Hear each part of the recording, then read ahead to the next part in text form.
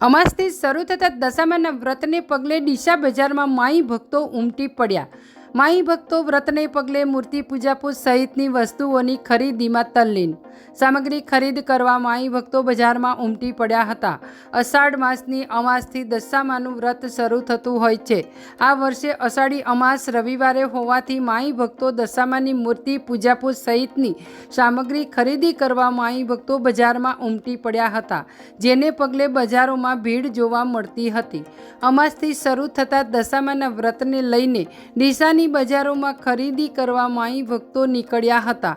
અધિક શ્રાવણ માસ શરૂ થતાની સાથે જ હિન્દુ સંસ્કૃતિના તહેવારો પણ શરૂ થતા હોય છે। તહેવારોની મોસમ શ્રાવણ માસથી શરૂ થતી હોય છે। અમાસથી શરૂ થતા દશામાના વ્રતને લઈને ડીસાની બજારોમાં સવારથી નાગરિકો માઈ ભક્તો પોતાને ગમતી દશામાની મૂર્તિ ખરીદતા નજરે પડ્યા હતા।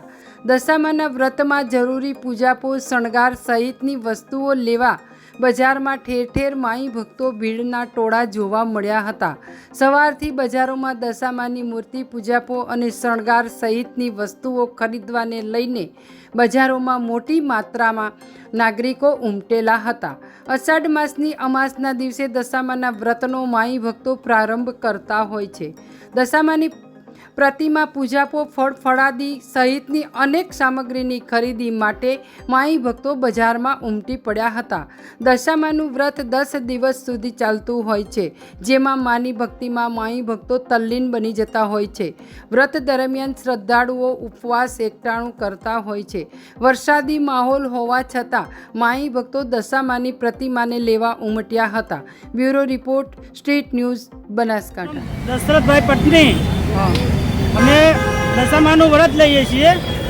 અમાવસના દાડે મૂર્તિને લઈ જઈએ છીએ, ત્યાં જઈને સ્થાપના કરીએ અને પછી 10મા દિવસે એને વ્રતની ઉજવણી કરીએ અને નદીમાં પધરાવી દઈએ। વ્રતનો મહિમા એવો છે કે જે સ્ત્રી જાત છે તેને સુખ શાંતિ માટે, ઘરની સુખ શાંતિ અને સમૃદ્ધિ માટે આ વ્રત લેવામાં આવે છે અને અથવા કોઈ બહારની વિપત પક્ષ ના આવે, કોઈ નુકસાન ના આવે એ માટે વ્રત લેવામાં આવે છે। અમે આગ્રહ કરીએ છીએ કે અમે પીપીની મૂર્તિઓ વેચતા નથી અને અમે અમાસવત દશામાના દિવસથી વ્રત શરૂ થાય છે। અમે અમારી સુખ શાંતિની સમૃદ્ધિ માટે વ્રત કરીએ છીએ અને અમારા ગ્રાહકો અમને પણ દશામાં શાંતિ આપે અને એ માટે અમે ચીકણી માટીની મૂર્તિઓ વેચવા માટે તૈયાર છીએ અને ગ્રાહક બી લેવા માટે તૈયાર છે। ચીકણી માટીની મૂર્તિઓ લેવા માટે તૈયાર છે અને અમે આપવા પણ તૈયાર છીએ અને અમે દશામાના વ્રત સુખ શાંતિથી કરી શકીએ। અમારી પણ અને અમારા ગ્રાહકોની પણ રક્ષા કરી દશામાં। જય દશા। મારું નામ લક્ષ્મણભાઈ છે, હું દેવી પૂજક છું। આજે દશામાના વ્રત આવે છે। દશામાના વ્રતમાં અમે જતા બનવા મૂર્તિઓ વેચીએ, કાચી માટીની અમે મૂર્તિઓ લઈને વેચીએ છીએ, બરાબર છે। નદીની અંદર આ ગળી જાય મૂર્તિ લઈને અમે વેચીએ છીએ દશામાના અંદર, બરાબર છે। દિવાસાના દાડે આ દશામાના વ્રત ચાલુ થાય છે। દિવાસાના દાડે બહેનો દિવાસાના દાડે વ્રતથી ચાલુ થશે, ઠેઠ નદીના 10 દાડા વ્રત કરીને નદીના અંદર મૂર્તિઓ પધરાવવા જાય છે, બરાબર છે। આપણે હોલસેલનો ભાવ કરીએ છીએ, એટલે નાની મૂર્તિ 30 રૂપિયાથી મોડીને આપણે 100 રૂપિયાના ભાવની મૂર્તિ આવે આપણે પહોંચે। હોલસેલમાં જેને લેવી રિટેલમાં લેવી હોય તો આપણે આપીએ છીએ। કાચી માટીની મૂર્તિ છે। આજે તમને આ દશામાના મૂર્તિનો જે બિઝનેસ કરો છો, હા, એ કેટલા ટાઈમથી કરો છો, કેટલા વર્ષથી કરો છો? આ તો બિઝનેસ લગભગ જ્યારે દશામાના વ્રત ચાલુ હતા, જે દશામાના વ્રત ચાલુ હતા અને ત્યારથી જે દશામાના પરગત્યાના 5 વર્ષ પહેલાં અમે એના 5 વર્ષ પાછળના ભાગમાં અમે આ વ્રત ચાલુ કર્યા ભાઈ મૂર્તિ લાવવાનું।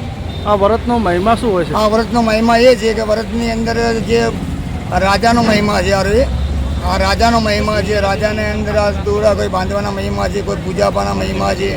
આ વ્રત કરવાથી અને વ્રત બહેનોને ફાળવે છે અને એની પૂજા સફળ થાય છે આ પૂજા કરવાથી।